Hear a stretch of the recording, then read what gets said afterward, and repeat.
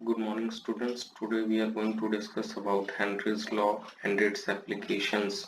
Later on, we will discuss about Raoult's law and its graph associated with that.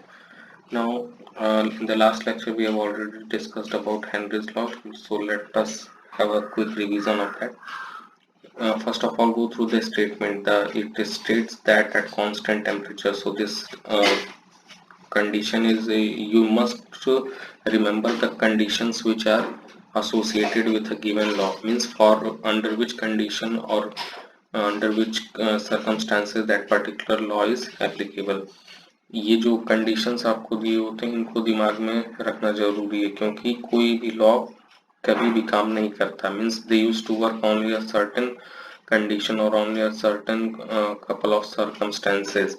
So here the very first condition is given to, that is constant temperature. Now what is that law? The solubility of a gas in a liquid is directly proportional to the partial pressure of the gas present over the surface of liquid or solution. So actually Henry's law का क्या रहा है कि suppose करिए आपके पास एक gas और liquid का सॉल्यूशन है, मीन्स गैस जहाँ पे आपका सॉल्यूट है, लिक्विड जहाँ पे आपका सॉल्वेंट है. तो ये जो गैस का सॉल्युबिलिटी है, ये जो गैस की सॉल्युबिलिटी है उस लिक्विड में, means indirectly the concentration is telling you the concentration of that particular gas in that particular liquid, that depends on its partial pressure. means जैसे जैसे partial pressure या फिर उस गैस का partial pressure जितना ज्यादा होगा, उस गैस की जो solubility होगी उस liquid solvent में वो उतना ज्यादा होगा. So हेनरीज लॉ का ये स्टेटमेंट इनडायरेक्टली आपको गैस की सॉल्युबिलिटी को बताता है. और सबसे पहली बात कि हेनरीज लॉ सभी सॉल्यूशन पे एप्लीकेबल नहीं है. ये हेनरीज लॉ सिर्फ और सिर्फ गैस इन लिक्विड की बात करता है, ये दिमाग में रखे रहिएगा. Henry's law is only applicable for the solution containing gas as solute and your liquid as solvent. Now the solubility indirectly represent concentration, and concentration is there are number of ways to represent concentration. concentration को represent करने के बहुत सारे तरीके हैं, जैसे हमने पढ़ा था मास बाई मास हुआ, या फिर मास बाई वॉल्यूम हुआ, या फिर मोल फ्रैक्शन हो गया, या फिर मोलैरिटी हो गया, मोलैलिटी हो गया. सो यहाँ हेनरीज लॉ में जो कंसंट्रेशन के लिए टर्म यूज हुआ that is mole fraction. So indirectly जो गिवन गैस जो कि सॉल्यूट है उसका जो प्रपोर्शन जो कि सॉल्वेंट में डिसॉल्व होगा, या फिर जिसको मैं बोल सकता हूँ कि जो गैस का मोल फ्रैक्शन होगा वो किस पे डिपेंड करेगा, वो डिपेंड करेगा उसके पार्शियल प्रेशर पे. जितना ज्यादा पार्शियल प्रेशर होगा उस गैस का उस लिक्विड सॉल्यूशन के ऊपर, उतना ज्यादा उस गैस की सॉल्युबिलिटी होगी उस पर्टिकुलर सॉल्वेंट में. Now coming to the bottom section. So ये जो आपके सामने एक रिलेशन दी हुआ P is equal to KH into X. This is nothing but the mathematical representation of what we studied just now. That is the mathematical representation of your Henry's law, where KH is the Henry's law constant, where P is the partial pressure of the gas and X is the mole fraction of this gas associated. तो यहाँ पे आप देख सकते हैं कि y is equal to mx के form में है, P is equal to KHX, where KH is constant. Similarly ये जो इक्वेशन है that is in the form of y is equal to mx, where m is the constant and m represents the slope of that particular straight line. So इसको अगर हम plot करेंगे तो आप देख सकते हैं कि मेरे जो लेफ्ट साइड में ग्राफ आया, means partial pressure of HCl versus mole fraction of HCl. So you can see that a straight line passing through origin, and this y is equal to mx is nothing but the equation of a straight line passing through origin. Now ये जो KH की value है इसके बारे में हमने detail discussion किया था प्रीवियस वीडियो में. हमने देखा था कि जैसे जैसे टेम्परेचर इंक्रीज करता है जो KH की वैल्यू होती है वो इंक्रीज करता है indirectly.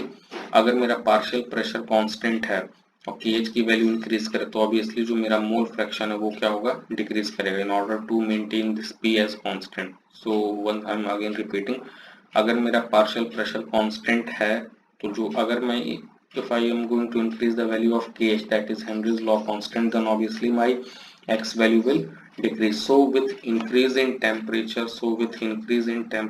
the solubility of a gas decreases. Please keep in mind. So with increase in temperature, the solubility of a gas decreases in a given solvent.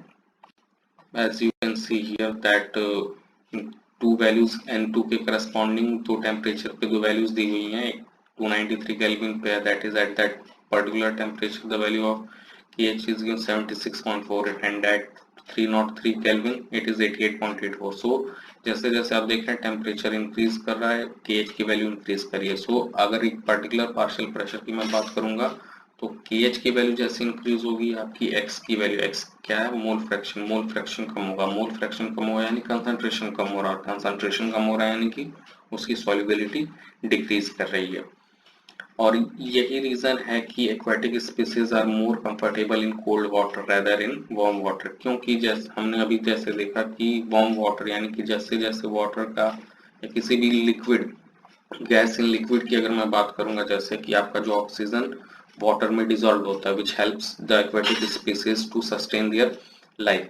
तो जैसे जैसे वार्म वाटर या फिर जो वाटर का टेम्परेचर इंक्रीज करेगा, उसका oxygen holding capacity कम हो जाती है, जिसके कारण से एक्वाटिक स्पीसीज के लिए ये प्रॉब्लम क्रिएट करता है. And that's the one of the biggest disadvantages of thermal power plants, because generally they used to release their boiler water, or I should say their warm water, directly into the water bodies, which increase the temperature of the water bodies, and the result of which the oxygen holding capacity decreases, and finally it creates a threat for the life of aquatic species. Now here a numerical is given associated with Henry's law. So two things which you need to keep in mind regarding Henry's law is that first of all Henry's law सिर्फ और सिर्फ आपका gas in liquid की बात करता है, means जहाँ पे गैस आपका सॉल्यूट हो और लिक्विड आपका सॉल्वेंट हो. दूसरी बात यहाँ पे कंडीशन, किन कंडीशन में हेनरीज लॉ की हम बात करते हैं, एट कांस्टेंट टेम्परेचर पे. जो तीसरी बात, यहाँ जैसे जैसे आप टेम्परेचर बढ़ाएंगे KH की वैल्यू जो हेनरीज लॉ कांस्टेंट है उसकी वैल्यू इंक्रीज होगी, जिसके कारण से आपका अगर एक पर्टिकुलर पार्शियल प्रेशर की मैं बात करूंगा तो जो आपका सॉल्युबिलिटी है गैस का वो डिक्रीज करेगा. Now coming to the one of the important section, that is the application of Henry's law in day-to-day life. So the very first is given you to increase the solubility of CO2 in soft drinks and soda water. The bottle is sealed with high pressure. So as per the relation, you can see that P is equal to KHX. So अगर मैं high pressure पे gas को fill करता हूँ, means partial pressure उसका क्या, directly proportional to the mole fraction, और I should say the mole fraction और the solubility is directly proportional to the partial pressure. यानी कि जितना ज्यादा हाई प्रेशर उतना ज्यादा उसका पर्टिकुलर गैस का पार्शियल प्रेशर होगा, उतना ज्यादा उसकी क्या होगी, सॉल्युबिलिटी. इसके वजह से जो कोल्ड ड्रिंक्स के बॉटल्स होते हैं उनको हाई प्रेशर पे फिल किया जाता है, so that more amount of CO2 get dissolved in that particular cold drink. क्योंकि कोई भी कोल्ड ड्रिंक तभी तक कोल्ड ड्रिंक रहता है जब उसमें CO2 भरा रहता है या फिर रहता है, otherwise the day it becomes free of CO2 और जितने भी CO2 रिलीज हो जाए, it becomes simply like just like sugar solution. Now coming to the next and very important concept, that is scuba diver. So scuba divers must cope with high concentration of dissolved gases while breathing air at high pressure underwater. अब ये scuba drivers का काम क्या रहता है, ये गहरे जगहों पे गोता लगाते हैं. अब ऑब्वियस सी बात है कि जब ये नीचे जाएंगे तो इनको सिलेंडर कैरी करना पड़ता है, जिसके हेल्प से ये लोग सांस लेते हैं. नाउ इनका जो सिलेंडर होता है उसमें there is a mixture of gases, not particular oxygen only, so it contains oxygen also and nitrogen also, and few and helium is also there in order to dilute the nitrogen. Now we will study what used to happen. अब जैसे जैसे ये गहराई में जाते हैं, we all know that किसी भी static water body में अगर हम नीचे जाएंगे तो due to hydrostatic law pressure increase करेगा. अब pressure increase करेगा तो we all know that कि P is equal to KHX, means partial pressure और जो उसका किसी भी गैस का सॉल्युबिलिटी होता है वो उसके पार्शियल प्रेशर पे डिपेंड करता है. जैसे पार्शियल प्रेशर इंक्रीज करेगा सॉल्युबिलिटी भी इंक्रीज करेगा. तो यहाँ पे भी वही होगा, जैसे जैसे स्क्यूबा डाइवर नीचे जाएगा, जितनी गहराई में जाएगा उतना प्रेशर बढ़ेगा, और प्रेशर बढ़ने के साथ साथ जो एटमॉस्फेरिक गैसेस हैं जो कि उसके सिलेंडर में कंटेन्ड है उनकी सॉल्युबिलिटी ब्लड में इंक्रीज होते जाएगी. अब होगा क्या कि जब ये when the diverse comes towards the surface the pressure gradually decreases. अब ये जो स्कूबा डाइवर्स गहराई में जा करके जब वापस सरफेस पे आएगा तो no doubt the pressure will decrease, और जैसे प्रेशर डिक्रीज होगा सॉल्युबिलिटी भी कम होगा। सॉल्युबिलिटी कम होगा ठीक है, लेकिन प्रॉब्लम क्या क्रिएट करेगा इससे कि it will lead to the formation of bubbles of nitrogen. ये जो नाइट्रोजन जो कि नीचे जाते समय ब्लड में स्कूबा डाइवर्स के डिसॉल्व हो गया था, अब जैसे जैसे वो ऊपर आएगा तो यही जो डिसॉल्व नाइट्रोजन है ब्लड में, ये that will start coming out in the form of bubbles. अब ये सडन ट्रांजिशन होगा तभी problem, otherwise if that change in height will be, अगर वो नीचे से ऊपर बहुत धीरे धीरे है then it will not create a problem, but all of a sudden अगर if there is a drastic change in the level of or I should say the movement, अगर वो नीचे से ऊपर बहुत जल्दी आ जाता है then it will create problem, because उतना जल्दी आपके जो ब्लड फ्लो है या फिर जो बॉडी उसको कोप अप नहीं कर पाएगी। तो होगा क्या कि जैसे जैसे वो नीचे से ऊपर आएगा, जो डिजॉल्व नाइट्रोजन था या फिर जितने भी डिजॉल्व एटमॉस्फेरिक गैसेस हैं वो आपके ब्लड से बाहर आने लगेंगे, क्योंकि जैसे we all know that pressure is directly sorry the solubility directly proportional to the partial pressure. अब ये जो नाइट्रोजन्स के बबल्स आपके ब्लड में से निकलेंगे means for in case of scuba divers, तो वो क्या करेंगे जो जितने भी कैपिलरीज हैं उसको ब्लॉक कर देंगे, रिलेट जिसके वजह से एक मेडिकल कंडीशन अराइज होता है जिसको कहते हैं bends, and it is really very very painful and dangerous for life, because in such situation the it becomes means first of all you will be helpless, because you are alone at such a great depth and nobody will be there to help you to carry means you from that level to particular above level. So to avoid bends what is the remedy of this particular problem, इसको solve कैसे किया जाता है? तो जो tank होता है जिसमें स्कूबा डाइवर मीन्स जिसके थ्रू वो ब्रीदिंग करते हैं, उस टैंक में नाइट्रोजन ऑक्सीजन और हीलियम हीलियम को भी ऐड किया जाता है, and we all know that helium too is a very मतलब helium is a inert gas. Now अब यहाँ पे एक कंफ्यूजन अराइज होता है कि अगर नाइट्रोजन की वजह से प्रॉब्लम हो रहा है तो क्यों ना हम पूरा के पूरे सिलेंडर को ऑक्सीजन से ही भर दें, लेकिन हमारे एक चीज याद रखना चाहिए कि हमारे बॉडी की जो ऑक्सीजन होल्डिंग कैपेसिटी होती है, हमारे बॉडी की जो ऑक्सीजन होल्डिंग कैपेसिटी होती है वो एक पर्टिकुलर लेवल तक ही रहती है, और bodies can handle only certain quantities of oxygen only. Diving with pure oxygen deeper than 20 feet can cause a person to absorb more oxygen than his system and safely, and leading to problem called central nervous system oxygen toxicity। Means यहाँ पे आप अगर nitrogen हटा दें, helium हटा दें और oxygen ही सिर्फ भर दें सिलेंडर में, देन अगर वो बहुत ज्यादा गहराई में जाता है 20 फीट से नीचे, then again it will create a problem for him, and that problem is that कि हमारा जो सेंट्रल नर्वस सिस्टम होता है एक पर्टिकुलर अमाउंट ऑफ ऑक्सीजन को ही हैंडल कर पाता है, उससे ज्यादा ऑक्सीजन अगर हो जाएगा तो it will cause oxygen toxicity, and nitrogen का ज्यादा अमाउंट भी खतरनाक है because it will lead to the condition called bends. So इसके रेशियो को मेंटेन किया जाता है, and this ratio is maintain by adding helium means in order to dilute the amount of nitrogen. So I hope this concept would be clear to you. Now the third is at high altitude the partial pressure of oxygen is less than that at the ground level. We all know that जैसे जैसे हम ऊपर move करते हैं higher level से या mountains की तरफ मूव करते हैं, हमारा एटमॉस्फेरिक प्रेशर क्या होता है वो डिक्रीज करने लगता है। This leads to low concentration of oxygen. अब ऑब्वियस सी बात है कि जब प्रेशर कम हो रहा है तो किसी गैस का पार्शियल प्रेशर वो भी कम होगा, पार्शियल प्रेशर कम होगा तो जो उसका सॉल्युबिलिटी होगा उस पर्टिकुलर प्रेशर पे उस पर्टिकुलर पार्शियल प्रेशर पे वो भी कम होगा, जिसके वजह से ऑक्सीजन का लेवल जो होगा वो आपका क्या होगा at higher level it will start decreasing, and it create a problem for the high altitude mountaineers or climbers। obvious सी बात है that is a very that is such type of activity that requires a huge amount of oxygen, because oxygen supply जैसे जैसे कम होगी it becomes create problem in your thinking, it will create problems. You won't be able to think properly what to do, what not to do. So these type of problems will arise with low concentration of oxygen, and this particular problem is called anoxia. So here अगर आप application की बात करेंगे तो यहाँ पे दो problems आपने डिस्कस किया, एक तो बेंड, दूसरा anoxia, and this is very very important from concept point of view, and moreover they will ask you 2 or 3 marks question from this. Means what is bend, what is the remedy of bend, and similarly what is anoxia. Now effect of temperature. Effect of temperature यहाँ पे किस पे कैसे type के reaction की हम बात कर रहे हैं, सॉरी कैसे टाइप के सॉल्यूशन की बात कर रहे हैं, हम बात कर रहे हैं gas in liquid. Means gas जहाँ पे आपका सॉल्यूट हो और लिक्विड जहाँ पे आपका सॉल्वेंट हो।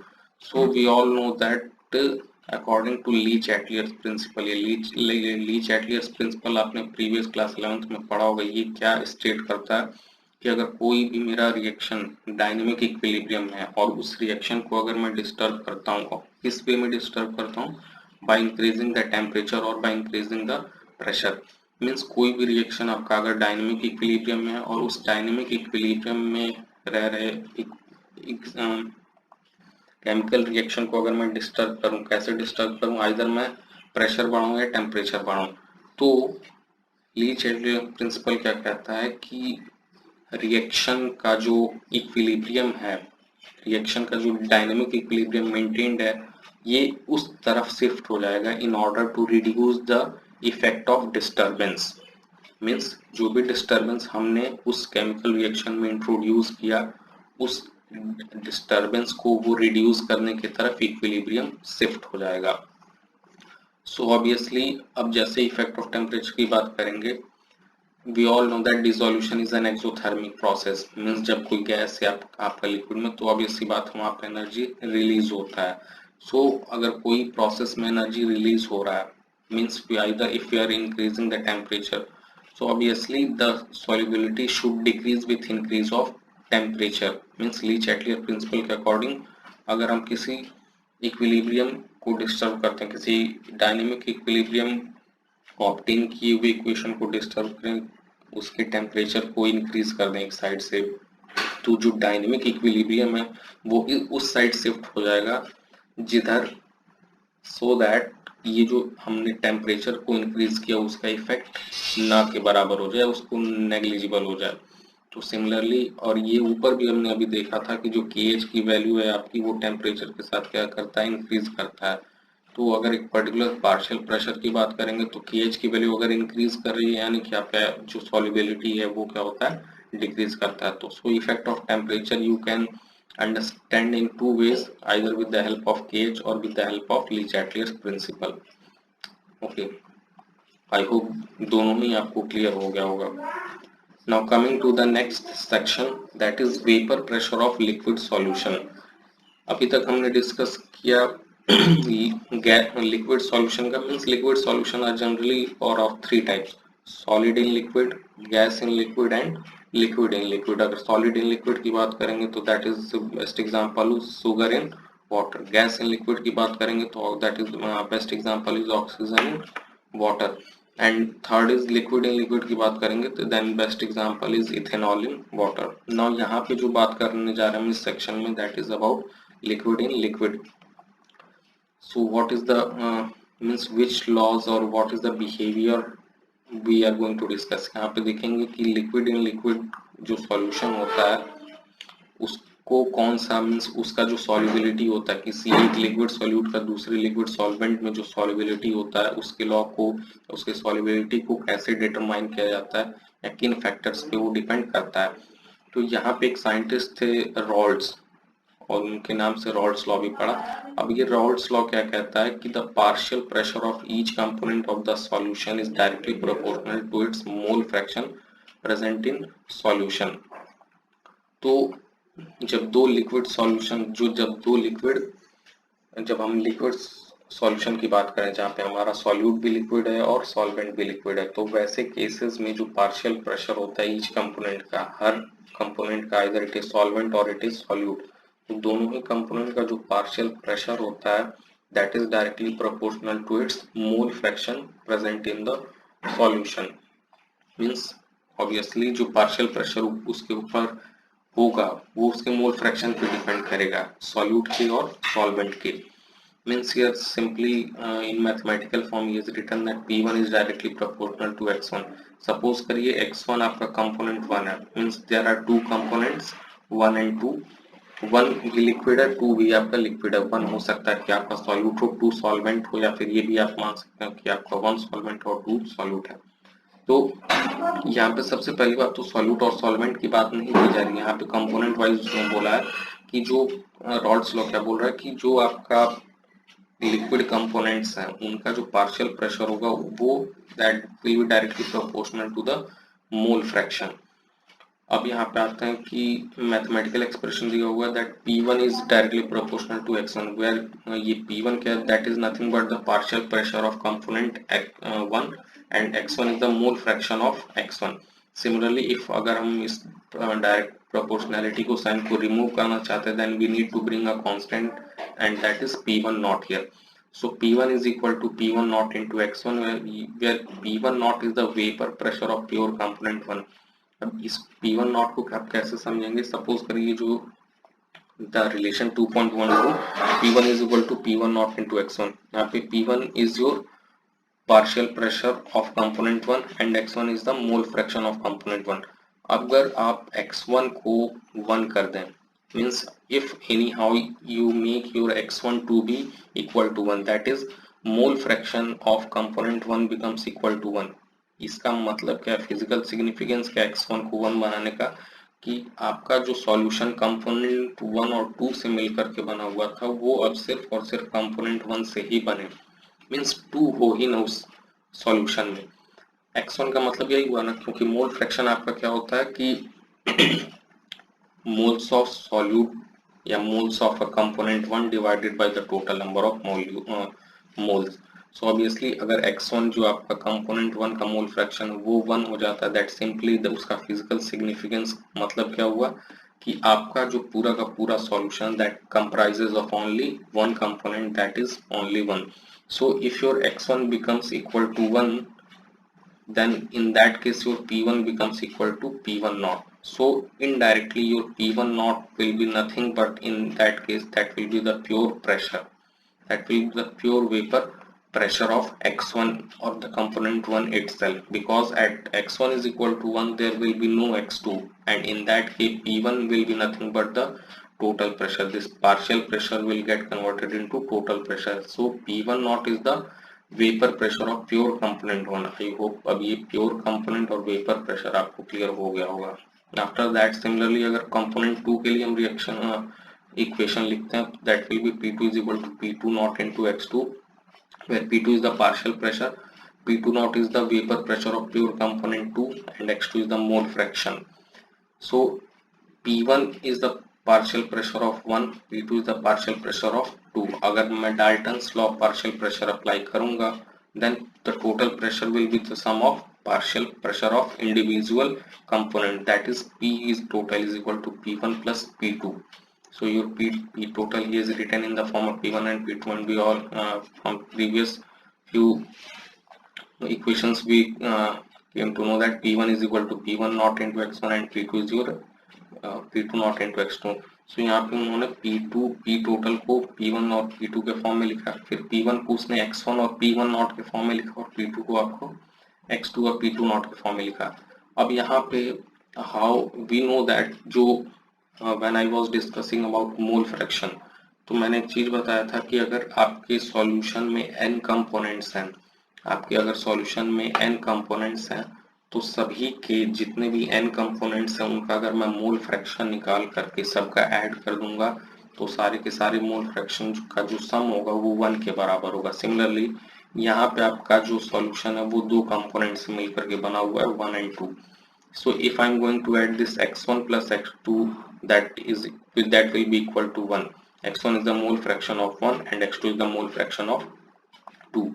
So X1 plus X2 will become equal to 1. From that we can write X1 is equal to 1 minus X2. I hope this step will be clear to you now.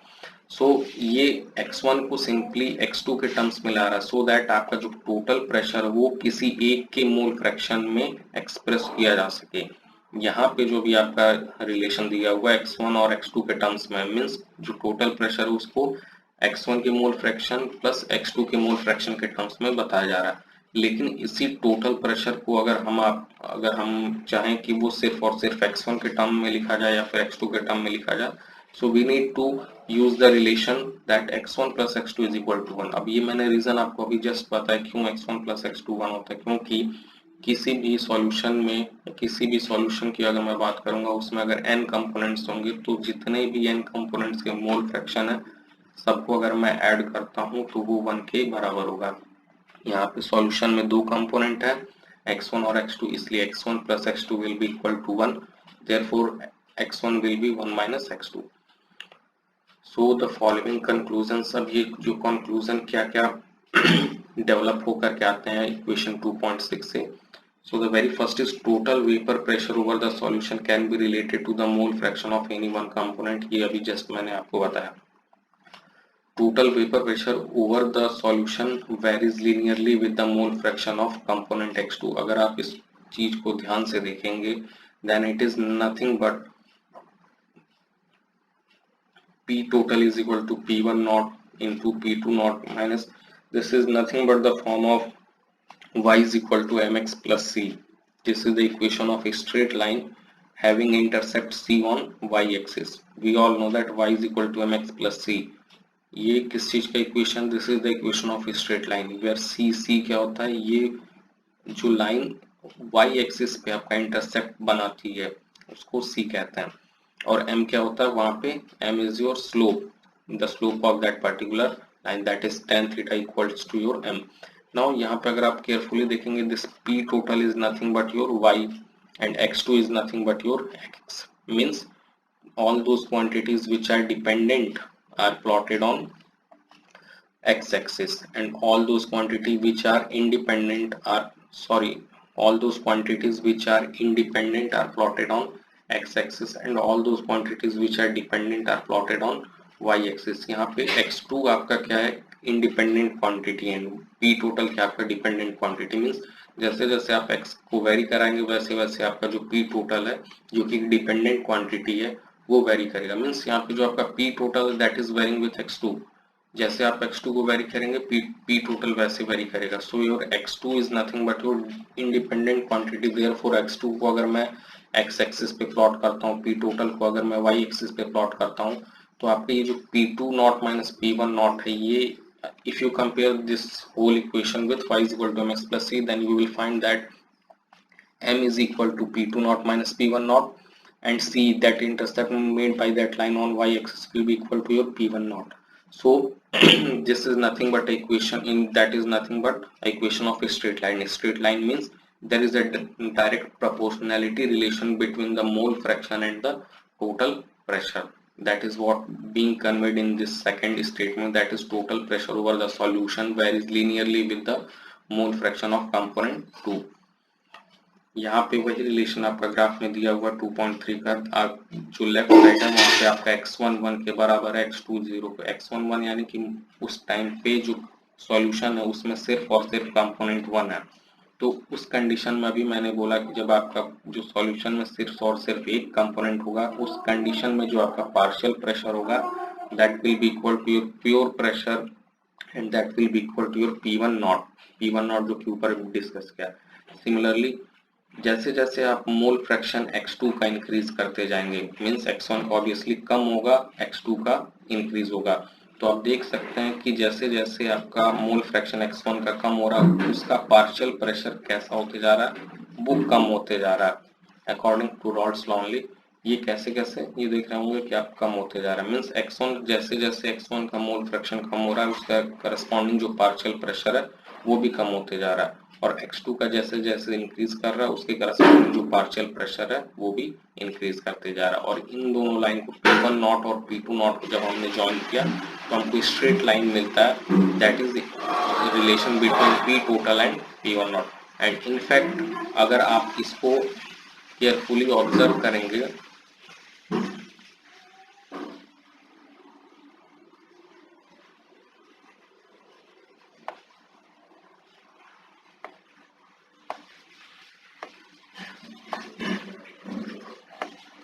यहाँ पे अभी जो मैंने graph बनाया,